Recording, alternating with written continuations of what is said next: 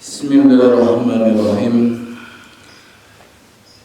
Assalamualaikum warahmatullahi wabarakatuh. Alhamdulillah. Alhamdulillahilladzi allafa baina qulubina fa asbahna bi ni'matihi ikhwana.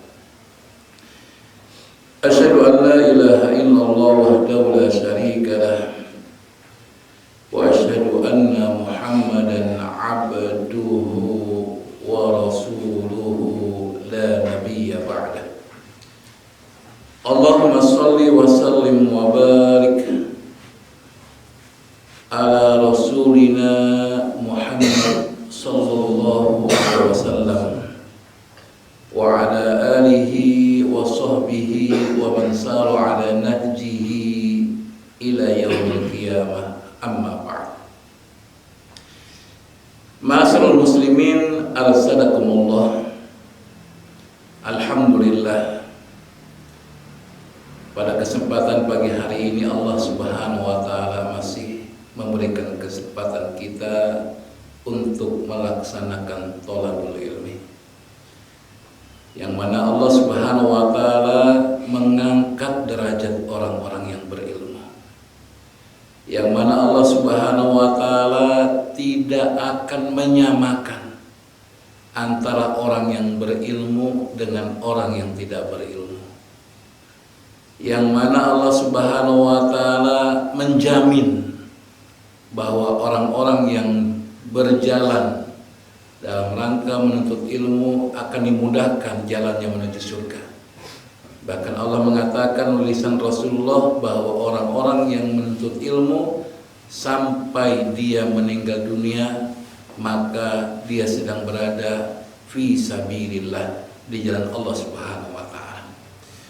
Oleh karena itu, mari kita semangati diri kita untuk thalabul ilm kepada siapapun, karena kita perlu ilmu dari orang, tidak mandang usia, tidak mandang kedudukan, tidak mandang lulusan dan lain sebagainya. Selama ada kebaikan pada orang tersebut yang bisa kita jadikan sebagai pegangan kehidupan kita selama berlandaskan Al-Quran dan Sunnah tentunya, maka kita harus ambil. Maka dalam sebuah perkataan dikatakan bahwa al-hikmah dhalatul mu'min. Hikmah itu adalah sesuatu yang hilang dari orang-orang yang beriman. Maka dimanapun kamu bertemu, dimanapun kamu dapatkan, maka ambillah. Berarti bahwa di sini Rasulullah mengajarkan kepada kita bahwa dalam menuntut ilmu itu adalah kepada orang-orang yang bisa mengantarkan kepada kita jalan menuju Allah Subhanahu wa taala. Ma'asyiral muslimin rahimakumullah, kita masih melanjutkan kembali kajian kitab yaitu Bahjatul Qulub Al-Abrar karangan Imam Asy-Sya'di. Dan kita sekarang memasuki pada hadis yang ketiga.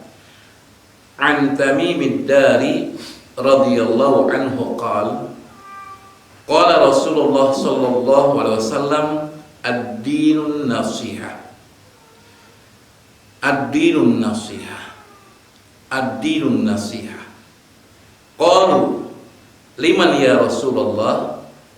Qala lillahi wa li kitabihi wa li rasulihi wa li a'immatil muslimin wa 'ammatihim. Rawahu Muslim. Hadis ini adalah satu hadis yang menjelaskan kepada kita bahwa agama itu adalah nasihat. Sebelum kita akan jelaskan maksud daripada agama itu nasihat, maka yang pertama yang perlu kita pahami, siapakah sahabat Tamim Ad-Dari? Sahabat Tamim Ad-Dari ini adalah seorang sahabat yang awal muasalnya adalah beliau seorang pendeta. Jadi pendeta dulu mah benar. Ya. Kalau pendeta sekarang, wallahu a'lam bishawab. Ya. Kalau hatinya bersih, insya Allah benar. Karena memang Rasulullah mengatakan bahwa siapapun yang tahu tentang risalahku, tentang ajaranku, tentang diriku, lalu tidak beriman kepadaku, maka dia adalah orang yang dijanjikan oleh Allah akan dimasukkan ke dalam neraka. Nah, orang-orang dahulu itu sudah tahu bahwa ketika Nabi Isa diutus, Nabi Isa sudah memberikan arahan bahwa setelahku tuh nanti ada seorang nabi namanya Ahmad. Ya. Udah diujangkan kepada murid-muridnya, kepada pengikutnya. Nah, yang lurus mencari tahu, termasuk sahabat At-Tamim Ad-Dari, ya. Tamim Ad-Dari, ya, seorang sahabat yang berasal dari Palestina. Ya, jadi beliau orang Palestina. Nah, kemudian beliau adalah seorang sahabat yang sebelum masuk Islam, ya, beliau pernah berlayar dengan 30 orang teman-temannya, namun tersesat. Jadi tersesat karena mungkin ombak yang besar atau mungkin karena cuaca yang gak baik, akhirnya sampai ke sebuah pulau. Ketika sampai di sebuah pulau itu, dia bertemu dengan Dajjal. Jadi di sini kita pahami bahwa Dajjal itu sudah ada. Bahkan nabi-nabi sebelum Rasulullah juga sudah memperingati akan adanya Dajjal. Dan ketika itu terjadi dialog, pertanyaan-pertanyaan yang cukup panjang dan bukan tempat kita untuk menjelaskan pada kesempatan kali ini. Nah, dengan pertemuan itu maka kemudian mengantarkan kepada beliau untuk masuk ke dalam agama Islam. Jadi kalau mereka tahu ada Nabi, langsung dicari tahu, pergi. Ya. Nah, ini yang mengantarkan beliau masuk ke dalam Islam. Sehingga hadis ini diceritakan oleh Rasulullah ketika berkumpul dengan para sahabat. Karena memang Tamim Ad-Dari pernah menceritakan tentang pertemuan tersebut. Kemudian beliau adalah sahabat yang menerapkan lampu dalam masjid-masjid. Jadi beliau yang mengusulkan dan beliau yang melaksanakan bagaimana masjid itu terang. Jadi tandanya dulu waktu awal-awal sebelum beliau masuk Islam, masjid itu ya gelap. Ya. Maka kemudian dengan usulan beliau dan beliau melaksanakan pertama kali, masjid-masjid menjadi terang. Jadi memang luar biasa, ada ide-ide yang kemudian disampaikan kepada Rasulullah SAW. Kemudian beliau adalah orang yang sahabat yang selalu menghatamkan Al-Quran. Ini yang menariknya adalah beliau menghatamkan Al-Quran itu dalam 1 rakaat sholat. 1 rakaat sholat. Luar biasa, gimana tuh sholatnya ya. Tadinya beliau hafal Al-Quran. Kita mah sudah surat An-Naba aja udah goyang.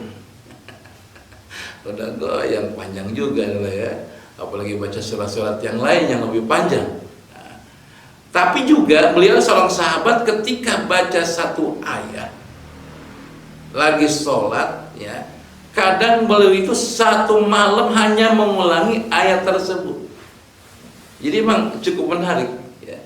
Sholat 1 rakaat khatam, kadang 1 malam full bacanya ayat itu aja, ulangi terus kayak gitu. Masya Allah, demikian dekatnya beliau dengan Al-Quranul Karim. Ya.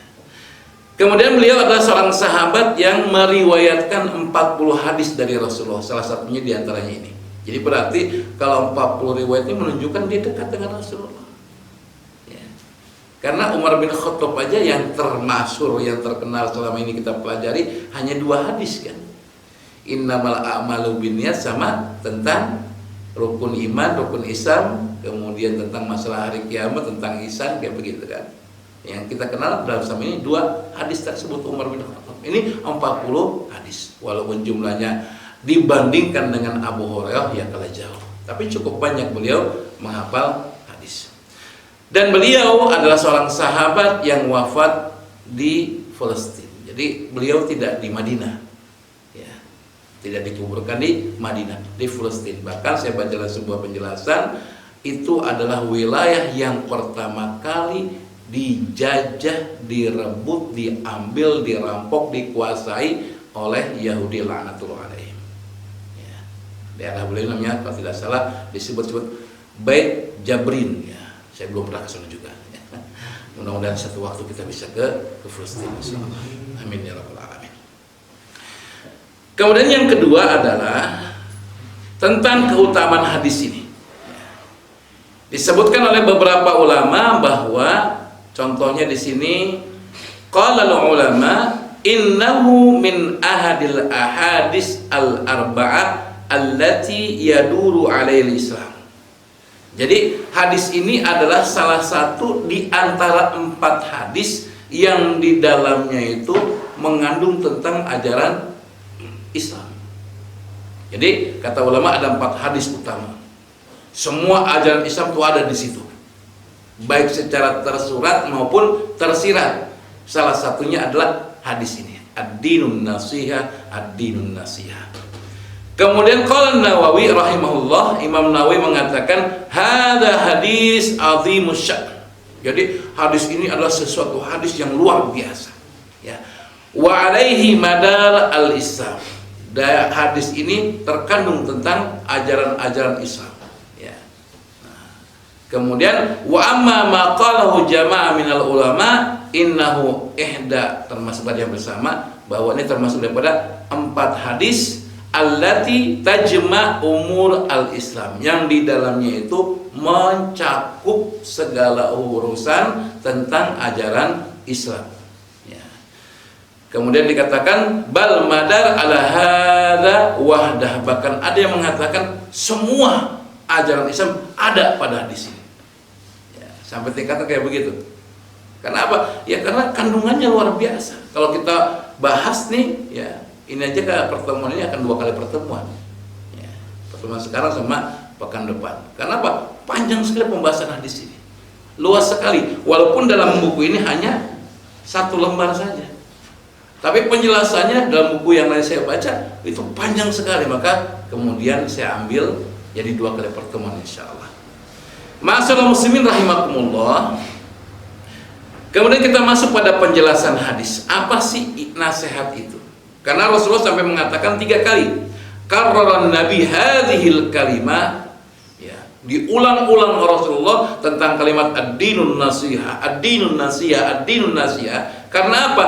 Ihtimaman limaqam. Karena kedudukannya sangat luar biasa sehingga Rasulullah perhatian sekali. Wa irsadan lil ummah, dan juga menjelaskan, mengarahkan kepada umat ayya'lamu haqqal ilm, untuk mengetahui tentang kebenaran ya ilmu, bahwa an-din lil kullahu zahir wa batin munhasiran fi nasiha. Jadi urusan agama ini ya tercakup dalam hadis ini, baik secara zahir maupun secara batin. Jadi urusan masalah zahir ada dalam hadis ini, urusan masalah batin ada pada hadis ini. Maka tadi katakan bal, kalau tadi saya katakan itu al-madar ala hadza wahda. Jadi hanya hadis inilah semua mencakup tentang ajaran Islam. Kemudian wahya al-qiyam at-tam bi hadhil huquq al-khamsah, yaitu melaksanakan tentang 5 hak yang akan kita jelaskan satu persatu. Nah, kemudian dikatakan an-nasihah kalimah yu'baru biha an jumlah hiya irada al-khair lil mansuhi lahu. Jadi nasihat itu adalah kalimat yang maknanya untuk mewujudkan kebaikan kepada yang ditujukan nasihat tersebut. Jadi ketika ada orang memberikan nasihat, bukan untuk menjatuhkannya, bukan untuk menghinakannya, bukan untuk merendahkannya. Karena ada orang-orang yang kayak begini. Contoh, ketika kita memberikan nasihat langsung pada seseorang di tempat umum, ini termasuk salah, walaupun benar ya, walaupun benar. Maka jangan sampai bapak-bapak melakukan perbuatan dusta seperti bapak itu. Nggak bisa kayak gitu. Atau kita mengatakan, tolong Bapak, kalau ingin baik maka Bapak harus melakukan di hadapan orang lain, nggak boleh. Maka Imam Syafi'i mengatakan nasihat itu kalau dilakukan di depan umum bukan membuat orang itu semakin baik, bisa jadi semakin jelek. Karena apa? Dia sedang menghinakan orang tersebut di hadapan orang lain. Maka ajak untuk berdoa. Kemudian poin yang kedua, bahwa kalimat ad-din nasihah. Ad-din dalam bahasa Arab itu memiliki dua makna. Ya. Yang pertama, ad-din itu agama. Ya. Yang kedua adalah pembalasan. Makanya dalam surat Al-Fatihah dikatakan Malik Yaumiddin. Jadi dikatakan sebagai hari di mana yang Allah itu menguasai hari pembalasan. Ada seorang salafun soleh ketika baca ayat ini nggak bisa maju. Karena apa? Sangat mengerikan. Setiap manusia akan dibalas semua perbuatannya. La yughadiru shaghiratan wala kabiratan illa ahsaha. Semua apa yang kita lakukan, yang besar maupun yang kecil, ada dalam kitab yang semua itu nanti akan dibalas oleh Allah Subhanahu wa taala. Ya, maka ada namanya disebut yaumul hisab. Dihitung semua amal-amal kita. Nanti ada yaumul jaza, dibalas semua yang telah kita lakukan. Makanya kalimat din ini pertama adalah agama sebagaimana yang dijelaskan dalam hadis ini, yang kedua adalah tentang pembalasan. Yang menarik adalah bahwa Rasulullah ketika mengajari para sahabatnya, mendidik para sahabatnya, Rasulullah itu mengajari para sahabatnya dengan metode pertama bersifat umum, nggak langsung rinci. Ad-dinun nasihat, agama itu nasihat, itu kan umum. Maksudnya apa? Para sahabat kemudian bertanya, ya, kepada siapa ya Rasulullah? Nah, mulai Rasulullah merinci. Ya, nah ini cara ngajar. Ya, jadi cara ngajar Rasulullah itu benar-benar luar biasa. Banyak metode-metode pengajaran yang terbaik yang dilakukan orang-orang sekarang itu sebetulnya dilakukan Rasulullah.